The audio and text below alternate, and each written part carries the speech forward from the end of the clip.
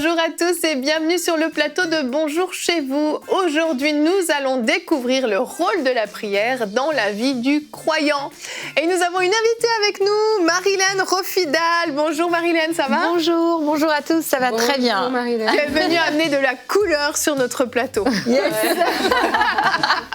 Marilène, donc tu es une artiste, tu es vraiment dans le domaine de la musique à temps plein depuis maintenant plusieurs années. Tu as plusieurs albums à ton actif et tu viens aujourd'hui, donc avec Nadine en fin d'émission, présenter ton dernier album. Oui, dans la rubrique Culture et Médias, on va présenter son album, son single et parler aussi de son ministère. Waouh. Amen. Tout ça. Et Anne, tu vas répondre à une question dans la rubrique Pasteur, j'ai une question. Oui, il y a une auditrice qui nous a demandé faut-il faire la prière Notre Père à chaque fois que nous prions? Et je sais qu'il y a pas mal de gens qui se la posent, donc on va essayer d'apporter une réponse sensée. Ben, je l'espère, Anne, je l'espère. C'est une bonne question en tout cas, c'est intéressant. C'est très intéressant. Sois inspirée, Anne, tu vas être conduite. Ouais. Donc aujourd'hui, on va voir le rôle de la prière vraiment. Alors on sait, la plupart d'entre nous ont pris normalement, je l'espère en tout cas, mais est-ce qu'on connaît vraiment toutes les facettes du rôle de la prière? Et on va voir vraiment que c'est un privilège extraordinaire qu'on a. Et Omer, si t'es prêt, t'es prêt? Toujours prêt. Toujours prêt. Et donc on commence avec toi dans la pensée du jour.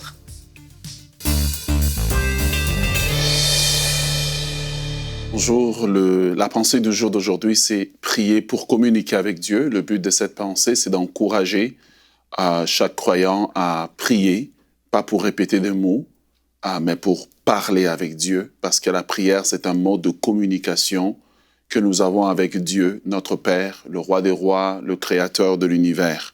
Matthieu 6,6 nous dit « Mais quand tu pries, entre dans ta chambre, ferme la porte et prie ton Père qui est dans le lieu secret, et ton Père qui voit dans le secret te le rendra. » La première chose que j'aimerais dire, c'est que Dieu s'attend à ce qu'on prie. Il n'a pas dit « mais si tu pries ». Il dit « mais quand tu pries ». Donc c'est très important de comprendre que Dieu s'attend à ce qu'on puisse prier, et lorsque nous sommes chrétiens nés de nouveau, Dieu s'attend à ce que nous puissions prier Dieu en tant que notre Père, parce qu'il y a une relation entre nous et lui. Il n'est pas un Dieu lointain, perdu dans une quelconque galaxie, mais il est le Dieu proche de ceux qui l'invoquent, et Dieu s'attend à ce que nous puissions prier. Mais ce que j'aime, c'est la fin du verset. Il dit que quand nous prions, Dieu entend et Dieu répond. Il dit « ton Père qui est dans le lieu secret », parce que finalement, la prière, c'est une conversation personnelle entre le Père et son enfant que vous êtes. Il dit « ton Père qui est dans le lieu secret te le rendra ». Alors, il est important pour nous de comprendre que, essentiellement, la prière poursuit 4 buts. Le premier but de la prière, ce n'est pas la répétition de formules préétablies, mais c'est un cœur sincère qui s'épanche devant Dieu, qui veut parler à son Père céleste. Voilà pourquoi Jésus dit que dans Matthieu 6,7, en priant, ne multipliez pas des vaines paroles. En fait, ne dites pas des choses dans lesquelles vous ne croyez pas finalement. Parce que ce n'est pas à force de répéter des paroles que cela fonctionne, mais c'est par la foi que votre Père Céleste vous écoute que cela fonctionne. Le but numéro 2, c'est que nous prions pour apprendre à mieux connaître Dieu. Un enfant connaît mieux son parent lorsqu'il discute avec, lorsqu'il est en conversation. La prière développe l'intimité entre celui qui prie et son Père Céleste, entre l'enfant de Dieu et le Père Céleste. Psaume 25, le verset 4 nous dit « Éternel, fais-moi connaître tes voies, enseigne-moi tes sentiers. » Il y a une richesse dans l'intimité de la prière régulière dans le lieu secret avec Dieu, c'est que nous apprenons à connaître la voix de Dieu, nous apprenons à connaître sa voix audible et nous apprenons à connaître la voix, les voix de Dieu. Donc, il y a une différence entre la voix de Dieu, c'est que Dieu qui me parle, les voix de Dieu, les habitudes de Dieu, comment Dieu fait certaines choses, comment Dieu pense. C'est là que nous développons dans le lieu secret. Numéro 3, lorsque nous prions, eh bien, nous apprenons à dépendre de Dieu finalement. La prière, c'est le plus haut niveau de foi, c'est que nous faisons connaître à Dieu nos besoins, car Dieu aime exaucer la prière. Ça, c'est une bonne nouvelle. Dieu aime exaucer la prière. Donc, vous devez prier. Voilà. Philippiens 4, 6, nous connaissons. Ne vous inquiétez de rien, mais en toute chose, faites connaître vos besoins à Dieu par des prières et des supplications avec des actions de grâce. Quatrièmement, nous prions pour les besoins des autres. La prière n'est pas seulement un acte égoïste, mais nous prions aussi pour faire connaître à Dieu les besoins des autres. Galates 6.2 nous dit « Portez les fardeaux les uns des autres et vous accomplirez la loi de Christ. » Donc la prière n'est pas seulement un acte personnel, c'est pas un acte égoïste, mais nous prions aussi parce que en Christ nous aimons nos frères et sœurs et nous portons leur fardeau. Amen. Merci beaucoup, Emma, pour cette pensée très complète. En 3 minutes, t'en as dit des choses. Un peu rageant, quand même. La concision est vraiment la force d'Omer. Merci. Vraiment, c'était très, très intéressant. Et ça nous rappelle des choses primordiales dans la vie chrétienne, cette vie de prière qu'on doit avoir, ce privilège d'avoir, en fait, cette relation. La plupart d'entre nous, on n'a jamais vu Jésus face à face. On le connaît, on connaît son cœur, on connaît sa parole, on arrive à déterminer comment il est, comment il se comporte, mais en réalité, on ne l'a jamais vu. On n'a jamais eu de conversation face à face avec lui directement, comme je peux l'avoir avec toi, Nadine, là. La prière nous permet d'avoir cette conversation. La prière nous permet d'avoir cet échange, cette communion, ce cœur à cœur, en fait, avec Dieu. Et c'est tellement dommage de s'en priver, en fait, parce qu'on en a besoin dans notre vie, entre le moment où on est de nouveau et le moment où on va se retrouver au ciel dans sa glorieuse présence. Il y a pas mal d'années qui vont s'écouler normalement. Normalement. Et ce soir, tu seras avec moi. Si c'est son plan, être dans pas sa toi. présence, je serai OK. Faudra me remplacer sur mon jour chez vous, c'est juste ça, sans effet. Sans effet, nous renversons. Nadine, elle ne veut pas prendre ma place. Mais on a cette communion qui est possible avec le Seigneur et c'est extraordinaire. On va regarder notre verset du jour qui est dans Daniel 9 au verset 18. Et on va voir un peu plus sur la prière. Certes, ce n'est pas à cause de nos actions justes que nous te prions et t'adressons nos supplications, mais à cause de ton immense compassion. On ne mérite pas le salut et on ne mérite pas de pouvoir dialoguer avec Dieu. On n'a pas à le mériter. C'est simplement par grâce. Tout est par grâce de toute manière. Et pouvoir nous adresser au Dieu puissant, créateur de l'univers, l'alpha et l'oméga, le commencement et la fin, c'est ce Dieu extraordinaire, le seul et unique Dieu. On peut s'adresser à lui directement. Imaginez, moi, si je veux aller parler au président des États-Unis et je vais aller faire toc-toc à la Maison-Blanche, déjà, je pense qu'on va m'arrêter. On ne me laissera pas lui parler. Parce que qui je suis, moi, pour aller parler au président? Même au téléphone. Même au téléphone. Même mes courriers. Même mes courriers n'arriveront jamais standard de la Maison-Blanche. Oh, Madame Yveline Lebeau, mais bien sûr, je vous passe tout de suite le président. J'ai quelques relations. Mais tout ça pour dire qu'on a ce privilège, cet accès, et c'est merveilleux, il faut le réaliser. Et Omer, la prière est la chose la plus importante dans la vie du croyant. Oui, en fait, apporter un tel sujet, aussi peut-être simplement que je l'ai apporté, souvent des chrétiens d'expérience vont trouver ça, c'est la base. En fait, dans tous les sports, la base fait partie de la force de l'athlète. Donc, dans la boxe, il y a des mouvements de base qu'il faut répéter à tous les entraînements. Au foot, il y a des mouvements de base qu'il faut répéter à tous les entraînements.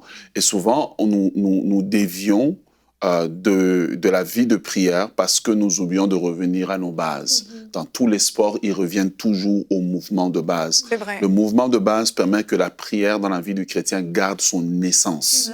L'essence, c'est pas la compétition avec mon frère qui peut dire, je ne sais pas moi, le plus de mots en langue ou bien le plus de mots en grec ou en hébreu, citer le Deutéronome. Mais la prière, c'est une conversation pure. En fait, c'est que la prière permet de faire 3 choses essentiellement. Elle développe en nous le caractère de Christ. Le but de la prière, dans la perspective de Dieu, c'est pas tellement de nous exaucer, c'est d'imprimer en nous son caractère, sa nature. Donc, si quelqu'un dit qu'il prie beaucoup et que son caractère n'est pas changé, c'est qu'il n'a pas encore commencé à prier.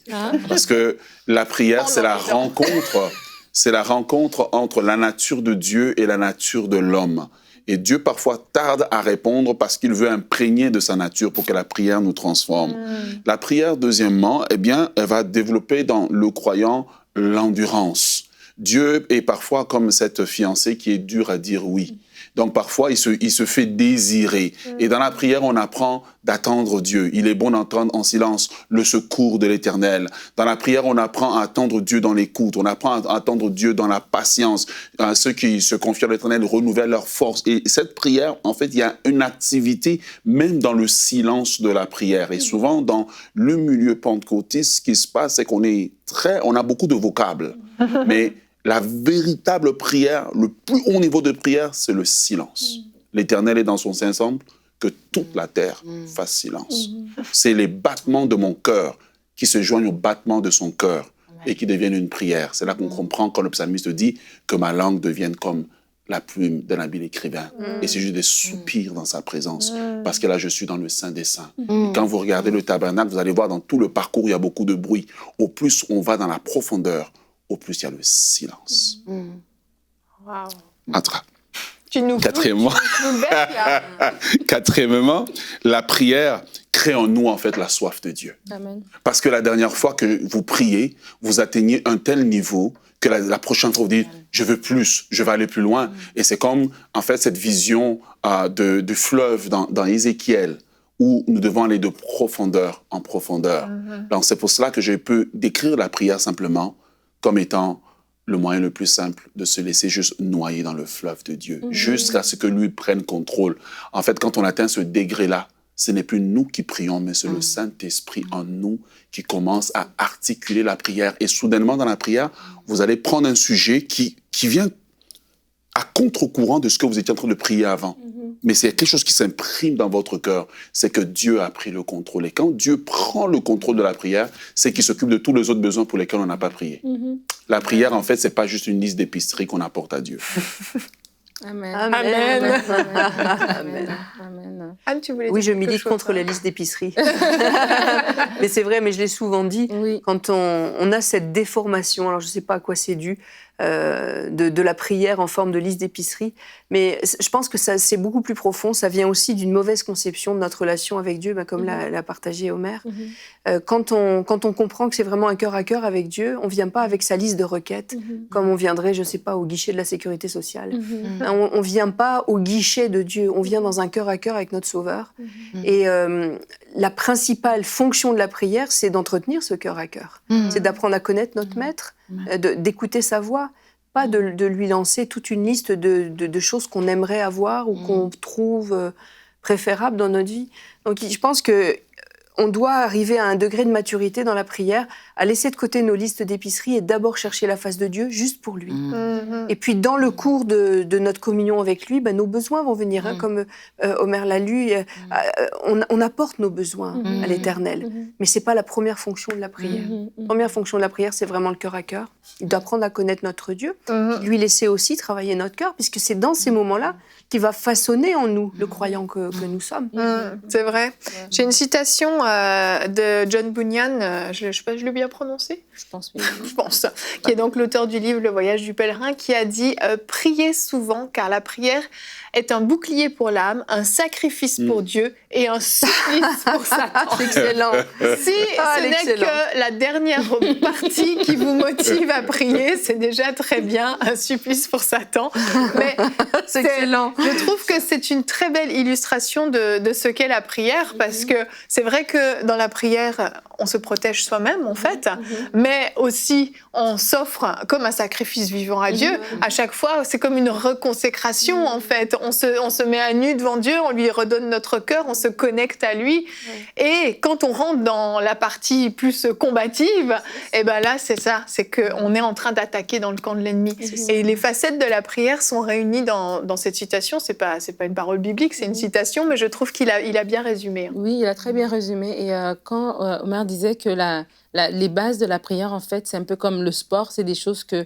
Les bases dans le sport, ça veut dire que des fois, je crois qu'aujourd'hui, on se complique beaucoup la vie en essayant de faire beaucoup. Et c'est vrai qu'il y a des mystères et c'est vrai qu'il y a des révélations qui nous viennent année après année. Mais je crois qu'il faut vraiment comprendre la prière d'abord pour qu'est-ce qu'elle est. C'est pas une manipulation pour que Dieu puisse faire quoi que ce soit. C'est d'abord ce cœur à cœur, comme Anne vient de dire. Et quand je rentre dans la prière avec cet état d'esprit, cette mentalité, cette disposition, je suis prêt à recevoir de la part de Dieu. Je suis prêt à laisser le Seigneur me transformer, me remplir de son esprit pour qu'en fait, ma prière, c'est que le règne de Dieu puisse venir, en fait. C'est ça la vraie prière. C'est d'être le rôle de la prière dans la vie d'un croyant, c'est d'être cet intercesseur qui va être devant Dieu pour que le règne de Dieu puisse s'établir, pour que le Seigneur puisse faire des choses dans la vie des personnes autour de nous. Et quand nous cherchons son royaume, quand nous faisons de lui ses délices, après, nos besoins, ils vont être rencontrés. Mais des fois, on rentre dans la prière pour nous-mêmes, tu vois, et on sort rapidement. C'est comme un enfant que tu dis, ton petit enfant de 5 ans qui va prendre sa douche,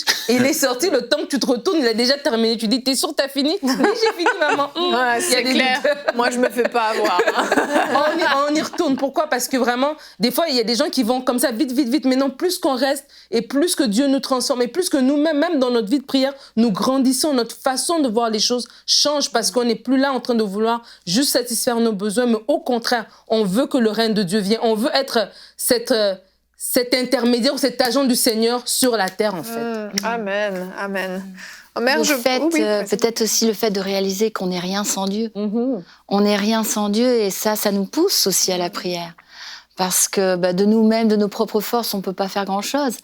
Mais quand on se rend compte qu'à notre disposition, on a le Dieu de toute la terre, le Dieu de la création, le Dieu de l'impossible, je veux dire, ça devrait nous pousser encore plus à prier, quoi. Et puis de réaliser aussi, moi, ce qui m'interpelle aussi, c'est que c'est mon papa. Par exemple, moi, j'ai plus mes parents parce que je suis la plus jeune d'une famille de 5 enfants. Et quand je prie, je réalise que c'est mon papa. Oui. C'est à la fois mon créateur, mais mon papa. Et il connaît tout, quoi. Amen. Et ça, c'est fort aussi. Amen. Amen. Omer, la prière est quelque chose qui doit être enseigné. Est-ce que tu peux nous expliquer ça? En fait, si on veut parler de la prière dans cette dimension, la prière peut être un couteau à double tranchant. Et les disciples, quand ils ont vu Jésus prier, les disciples ont dit à Jésus dans Luc chapitre 11, le verset 1, « Seigneur, enseigne-nous à prier ». Et remarquez que les disciples n'ont jamais demandé à Jésus de leur apprendre à faire des miracles, à chasser des démons. La seule chose qu'ils ont demandé, c'est « enseigne-nous à prier ». Pourquoi ils ont demandé ça? Parce qu'ils avaient un modèle de quelqu'un qui prie. Et ça, je veux insister. Celui qui prie a la crédibilité d'enseigner à prier. Il y a beaucoup de gens qui veulent enseigner à prier, mais qui ne savent pas vraiment de quoi ils parlent. Voilà. Donc, il y a des choses que c'est vraiment dans la prière que vraiment l'expérience d'entrer dans les parvis, les lieux secrets. Comment enseigner à quelqu'un comment prier pendant 15 heures? Quand celui qui enseigne a du mal à prier pendant 5 minutes. Donc voilà, donc la prière doit être enseignée, mais Jésus était un maître dans l'art de la prière. Amen. Et parce qu'il avait maîtrisé l'art de la prière, il avait la crédibilité de l'enseigner aux disciples. Parce que lorsque vous enseignez la prière aux gens, l'Esprit doit attester à ces gens que ce que vous dites, vous l'avez expérimenté. Oui. Sinon, tout ce que vous dites, c'est juste des mots, en fait, qui ne motivent personne. C'est parce que Jésus priait. Et lorsqu'on n'enseigne pas la prière, la conséquence, c'est que les gens sont frustrés. Parce que c'est essai-erreur. Essai-erreur. Puis à un moment donné, Satan leur dit, la prière ne marche pas. Alors, quelqu'un qui a déjà parcouru peut leur montrer comment éviter des erreurs et vraiment maximiser leur temps dans la prière. Une fois, à l'église, j'ai enseigné aux gens comment rester 2 heures à genoux dans la prière. Ouais, et j'étais à genoux, puis je leur montrais les différentes manières de se positionner, mais c'est en le faisant dans la prière que j'ai commencé à déduire que si je me mets comme ça, j'ai moins mal au dos, etc. Voilà. Mais c'est parce que je l'ai expérimenté. La plupart des gens ont du mal à rester à genoux 5 minutes. Alors, comment rester à genoux sur du marbre, voilà, du tapis? Vous voyez, ça, c'est l'expérience, voilà. Alors, aussi, lorsqu'on n'enseigne pas la prière, les gens ne sont pas exaucés, donc ils pensent que la prière, ce n'est pas important. Ils laissent tomber. Lorsqu'on n'enseigne pas la prière, il y a une désertion des lieux de prière. Voilà, c'est ce qu'on voit dans la plupart des églises, c'est que la prière n'est pas populaire parce qu'on a cette impression que Dieu ne répond pas. Or, le désir de Dieu, c'est d'exaucer et la prière du croyant et les prières qu'il veut que le croyant puisse faire. Parce que lorsque nous venons prier, il y a la prière que moi je préparais et il y a la prière que Dieu veut que je puisse faire. Donc les deux se rencontrent et donc Dieu veut exaucer la prière. Et aussi, c'est que lorsque la prière n'est pas enseignée, on connaît plus de défaites au lieu de victoires. Et finalement, parfois, lorsque la prière n'est pas bien enseignée, on a des représailles de la part de l'ennemi. Et donc, c'est très important qu'on enseigne la prière de la bonne manière, et pas seulement des cours de prière, mais qu'on emmène le croyant dans la prière. Celui qui enseigne la prière doit les emmener dans la prière. Vous voyez, au jardin de Gethsémani, Jésus a entraîné les disciples avec lui, et puis il a prié. Et puis comme maître, comme enseignant, il s'est dit, oh, vous n'avez pas pu prier pendant 1 heure, ça fait 3 ans que je suis avec vous, vous êtes supposé prier plus d'1 heure. Donc, il y a des niveaux. Quelqu'un a dit, non, mais on ne peut pas chronométrer le temps de prière. Mais moi, j'ai dit, mais comment est-ce que vous allez faire des progrès si vous ne savez pas? Regardez l'heure quand vous êtes rentré, regardez l'heure quand vous sortez. Il n'y a rien de spirituel là-dedans, mais à un moment donné, je dois savoir aussi que j'ai fait du progrès. Ce n'est pas une compétition, mais je dois savoir que je fais du progrès. Et celui qui enseigne la prière doit prendre, surtout au niveau des nouveaux convertis, les entraîner dans la prière. Prier avec eux simplement pour qu'ils apprennent à prier de la bonne manière. Je pense que vraiment, on a besoin de justement avoir un dialogue avec Dieu dans la prière pour que justement ça puisse... tu parles des lieux, des cultes, des temps de prière qui sont désertés, etc. Mais parce que souvent, en fait, c'est juste... On est en train de bombarder dans la prière. Et il y a des temps où il faut comprendre que la prière, c'est pas quelque chose de standardisé en disant, bon ben voilà, on fait comme ça, et puis ça se passe toujours de cette façon-là. Il y a une inspiration qui vient de Dieu, et il y a des moments dans la prière où peut-être on rentre dans un combat et là on va bombarder. Mais il y a des moments juste où on est dans sa présence. Et tu parlais du silence, mais ce moment de silence est agréable aussi. Et en fait, c'est dans ces moments de silence qu'on reçoit. Même si on n'entend pas, même si c'est pas des paroles, mais il y a quelque chose, la présence de Dieu qui s'établit, qui coule sur nous, une paix intense qui s'installe, un bien-être qui se dépose et qui est suffisant pour être maintenu tout au long de ma journée parce que j'ai passé ce temps dans la présence de Dieu le matin. Et je pense que vraiment, on a besoin de retrouver des temps de prière qui sont différents, qui ont vraiment une importance avec Dieu. C'est pas moi toute seule, je m'enferme et ok, j'ai prié, c'est bon, j'ai prié, je peux partir. Mais c'est moi et Dieu. On est deux quand on prie, en fait. On n'est pas tout seul. Et je pense qu'on aurait beaucoup plus de facilité à prier si justement on a conscience qu'on n'est pas tout seul dans ces temps de prière. Et Omer, tu as cité ce passage où les disciples ont demandé à Jésus, enseigne-nous à prier. Et on sait que Jésus a dit, quand vous priez, et puis il a donné la prière du Notre Père qu'on connaît bien. Anne, je me tourne vers toi parce que Jésus donc a fait cette explication-là, il a enseigné à ses disciples. Et Annick nous pose cette question qu'on pourrait tous se poser. Non, c'est Noël. C'est Annick. C'est Annick, oui, c'est ça. Ok, je m'affiche, j'ai 2 noms. Donc c'est Annick de Belgique qui demande, faut-il faire la prière du Notre Père à chaque fois que nous prions? Oui, je voudrais le relire quand même en entier, parce que c'est vraiment les instructions de Jésus spécifiques. C'est pas rien. Bon, ce passage-là, on le trouve dans Matthieu 6 et on le trouve aussi dans Luc 11. Et dans Luc 11, on voit que c'est un disciple qui lui a posé la question et que donc cette réponse qu'on a un peu plus complète dans Matthieu s'adresse à un disciple qui veut savoir comment prier. Et voilà ce que dit Jésus. « Lorsque vous priez, ne soyez pas comme les hypocrites qui aiment à prier debout dans les synagogues et au coin des rues pour être vus des hommes. Je vous le dis en vérité, ils reçoivent leur récompense. Mais quand tu pries, entre dans ta chambre, ferme ta porte et prie ton Père qui est là dans le lieu secret et ton Père qui voit dans le secret te le rendra. En priant, ne multipliez pas de vaines paroles comme les païens qui s'imaginent qu'à force de paroles, ils seront exaucés. Ne leur ressemblez pas car votre Père sait de quoi vous avez besoin avant que vous le lui demandiez. Voici donc comment vous devez prier. » Et c'est là qu'on a ce fameux passage qui a été gardé dans beaucoup de traditions du christianisme, qu'on a appelé le Notre Père, parce qu'il commence par « Notre Père qui es aux cieux, que ton nom soit sanctifié, que ton règne vienne, que ta volonté soit faite sur la terre comme au ciel. Donne-nous aujourd'hui notre pain quotidien, pardonne-nous nos offenses, comme nous aussi, nous pardonnons à ceux qui nous ont offensés. Et ne nous induis pas en tentation, mais délivre-nous du malin, car c'est à toi qu'appartiennent dans tous les siècles le règne, la puissance et la gloire. » Alors, je suis sûre que tous ceux qui ont écouté, ça leur rappelle des bons souvenirs. Alors, c'est très clair, les instructions de Jésus sont on ne peut plus claires et on pourrait s'arrêter là. Et comme beaucoup l'ont fait d'ailleurs, je dis, il y a des millions de personnes qui récitent chaque jour en boucle cette prière dans toutes les langues. Et c'est vrai que quand le disciple a posé la question, Jésus a donné ce modèle de prière aux chrétiens. Alors, est-ce que ça veut dire qu'il faut répéter mot pour mot exactement ce que Jésus a dit ? Alors déjà, je voudrais faire une petite espièglerie. C'est de souligner que dans les 2 passages qui en parlent, on n'a pas la réponse identique. C'est-à-dire que Luc 11 et Matthieu 6 ne sont pas tout à fait identiques. Donc si on veut répéter du mot à mot, on répète quel passage exactement?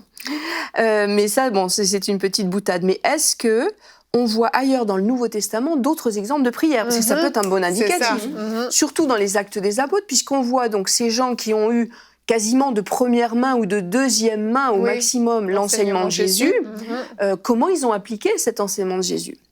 Et dans Actes 4, 24, il est dit « Ils élevèrent à Dieu la voix tous ensemble », donc les disciples sont en train de prier, et dire « Seigneur, toi qui as fait le ciel, la terre, la mer, et tout ce qui s'y trouve, c'est toi qui as dit par le Saint-Esprit, par la bouche de notre Père, ton serviteur David, etc. Pourquoi ce tumulte parmi les nations ?» Et un peu plus loin, au verset 29, ils disent « Et maintenant, Seigneur, vois leurs menaces, et donne à tes serviteurs d'annoncer ta parole avec une pleine assurance en étendant ta main, pour qu'ils se fassent des guérisons, des miracles, des prodiges, par le nom de ton serviteur Jésus. » Et quand ils eurent prié, le lieu où ils étaient assemblés trembla.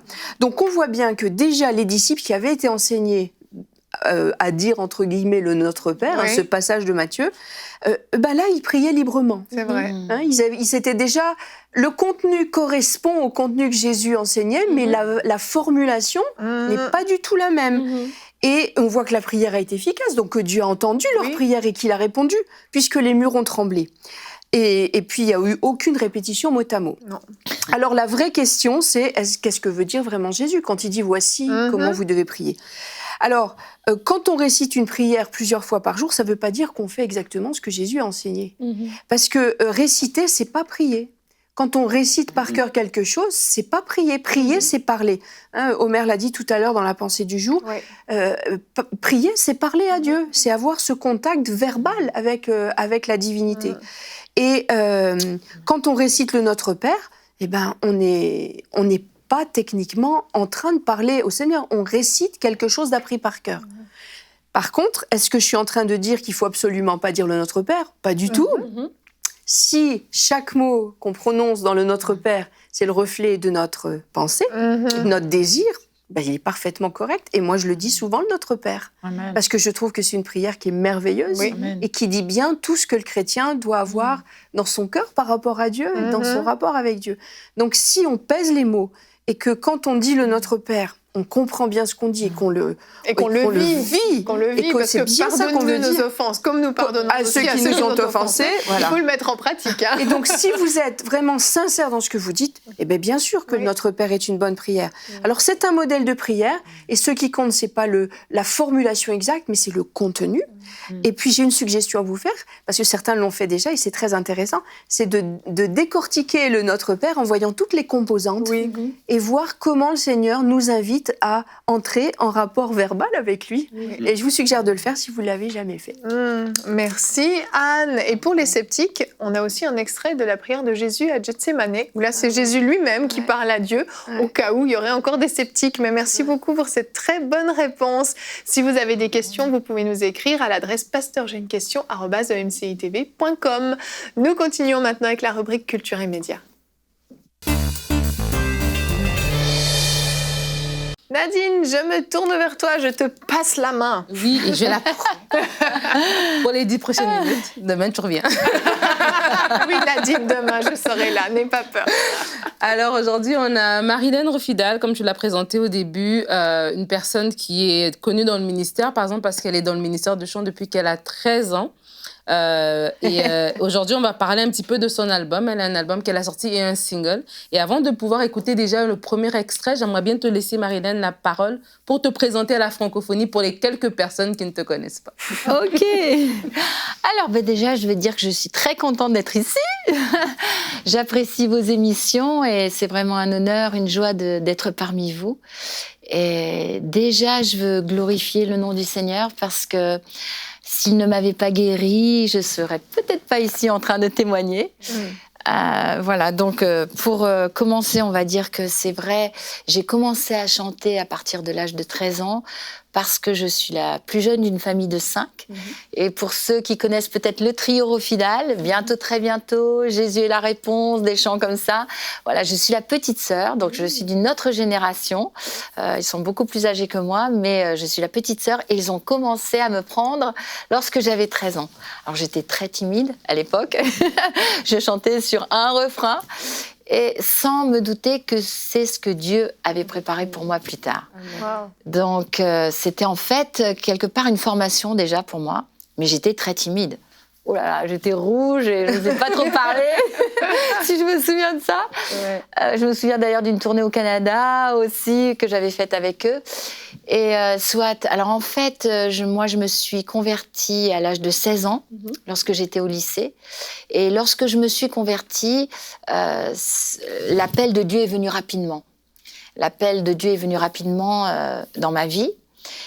Donc, après mon bac, je me suis engagée dans des études de théologie au CTS à Bruxelles, qui s'appelle Continental Theological Seminary à Bruxelles. Là, j'ai fait une licence. Et pendant mes études, j'ai fait déjà mon premier album. Bon, c'est tout un parcours, on en reparlera peut-être plus tard. 7 albums au total. Et donc, voilà. Donc, là, j'ai commencé mon premier album lorsque j'étais dans mes études. Puis après, donc le Seigneur m'a conduit à plein temps dans le ministère. Amen. Et donc là, vous avez fait 6 albums, et là, c'est le 7e dont on va parler aujourd'hui. Vous avez même fait un album en anglais aussi. Vous avez tourné avec plein de gens. Vous avez chanté devant Billy Graham. Vous avez participé à beaucoup de choses. Ouais. Et on va en parler pendant la rubrique. Mais tout d'abord, j'aimerais bien qu'on écoute votre single qui s'appelle « Il est le seul », qui est chanté avec... Il y a même une partie rap qu'on ne va pas écouter. On a dû le couper à 2 minutes pour pouvoir avoir plus de temps. Mais j'aimerais dire vraiment que c'est une chanson très différente de ce qu'on a habitué à écouter. Puis on va écouter ça tout de suite.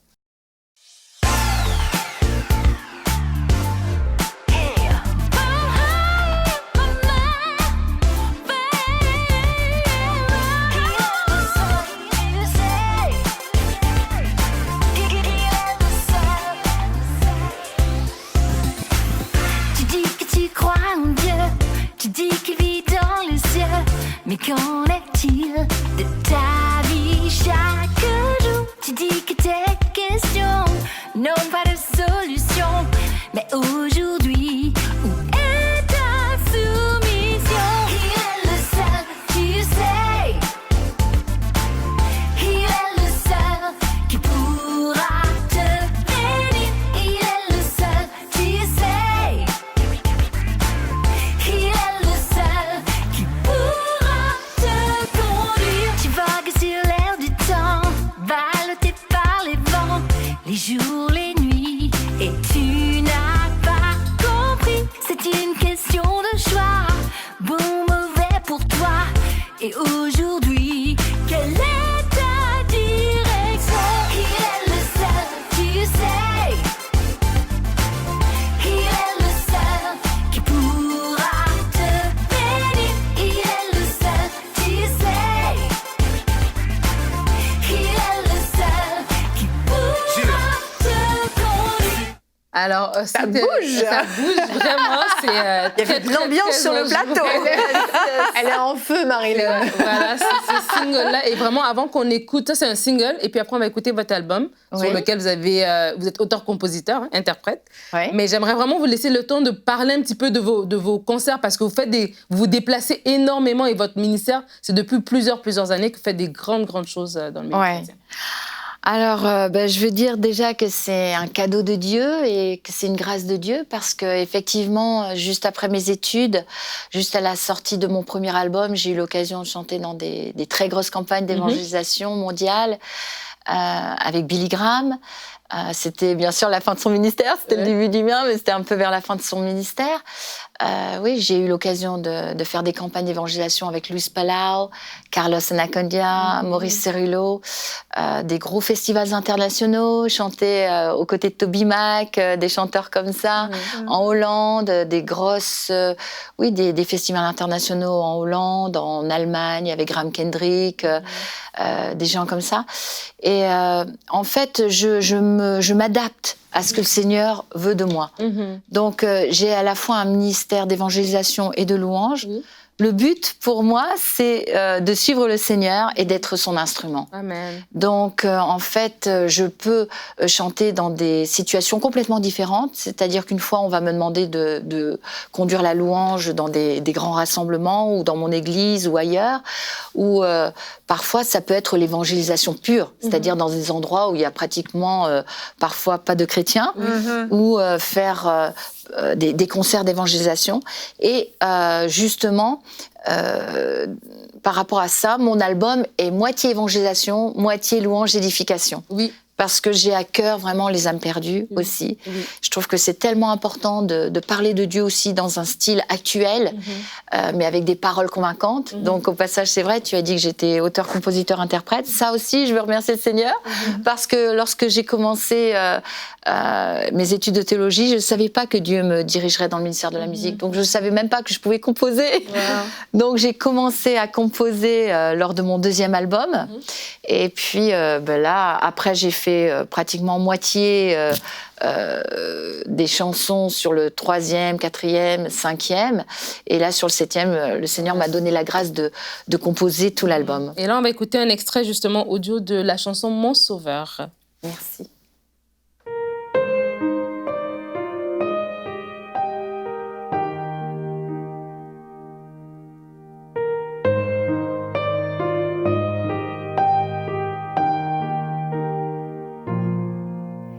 Jésus, mon sauveur, Jésus, mon rédempteur, Jésus, mon ami, Jésus, mon appui. Jésus, mon sauveur, Jésus, mon rédempteur, Jésus, mon bonheur, Jésus, mon Seigneur. Tout-puissant, tu es là pour nous bénir. Tout-puissant, tu es là pour nous guérir. Au creux de tes mains, nous sommes bien. Toi, notre soutien. Nul n'est comme toi, ô mon roi. Tu es Seigneur. Et Style différent. Là. Un style différent. Et tu vois, tu sais t'adapter, t'as raison. Oui. Et l'album s'appelle la louange, là. Tu es ma victoire. Il est disponible sur mciboutique.com. Et dans l'album et sur votre site, j'étais allée sur votre site et c'était écrit que ton album, en fait, veut stimuler les personnes à considérer la louange, dans la louange, la faveur et la grandeur de Dieu, et aussi développer aux côtés de l'évangélisation. Et là, tu en as parlé un petit peu. Et là, j'aimerais juste, pour la minute qui nous reste, tu es ma victoire. Quel est le message que tu veux passer, en fait, au travers de cet album et puis du chant un peu qu'on vient d'écouter? Alors, tu es ma victoire, ça représente tout pour moi. Parce que finalement, quand on revient en arrière sur sa vie, sur tout ce que Dieu a fait depuis notre enfance, on peut réaliser que le fil conducteur qui nous apporte la victoire, c'est Jésus. Amen. Et qu'il n'y a que lui qui peut nous apporter la victoire en tout. Amen. C'est-à-dire dans la famille, dans les projets, à travers la maladie. C'est lui qui est notre victoire. Et vraiment, je voudrais encourager, ça rejoint un petit peu ce que Omer disait, dans la prière, de s'attendre à Dieu. Et de réaliser que Dieu n'est pas lointain. Souvent, on pense à Dieu comme, voilà, c'est le Dieu de la création, il est tellement grand, est-ce que je peux l'approcher? Mais c'est non seulement le Dieu de la création, mais c'est mon papa aussi. Amen. C'est mon père et c'est mon créateur. Amen. C'est pas juste le créateur du monde, mais c'est celui qui a envoyé son fils pour mourir pour moi. Attention à ton micro, Marilyn. Oui, excuse-moi. Son fils qui est mort pour moi. Amen. Pas juste pour le monde entier, mais pour moi. Oui. Et en fait, Tu es ma victoire, ça nous aide à aussi réaliser qu'on peut saisir la victoire de Jésus pour notre vie. Amen. Qu'elle n'est pas juste pour le monde entier, mais qu'elle n'est pas non plus juste pour le voisin, mais qu'elle est aussi pour moi. Amen. Et que cette victoire, je peux l'appliquer à tous les domaines de ma vie. Amen, amen, amen. Et ça, on l'oublie parfois. Et rien que de le dire, ça me fait du bien aussi. Mais c'est vrai, c'est important. Et c'est dans ce but que j'ai écrit ce chant. Gloire à Dieu. Donc, Voilà. l'album Tu es ma victoire est disponible sur emciboutique.com. Merci encore de ta présence, Marie-Hélène Roffital. Merci. Et Marie-Hélène, tu as parlé de maladie. Tu es passée par la maladie, mais tu t'en es très bien sortie grâce à Dieu. Et tu vas en parler dans la rubrique C'est mon histoire dans quelques semaines. Yes. Donc, si vous voulez découvrir son histoire, vous allez être obligé de nous suivre. Merci beaucoup, Marie-Hélène, d'être venue sur le plateau de Bonjour Merci chez à vous. Merci. Félicitations pour ton album. Merci. Et nous allons nous retrouver demain. Notre thème sera Parle de Jésus à quelqu'un aujourd'hui. On va vous lancer un petit défi dans l'émission de demain. Et nous aurons la rubrique C'est mon histoire avec Thierry Kopp, que vous avez rencontré sur notre plateau il y a quelques semaines. Vous allez découvrir l'histoire extraordinaire de sa conversion. Donc on se retrouve demain. Allez, bonjour chez vous.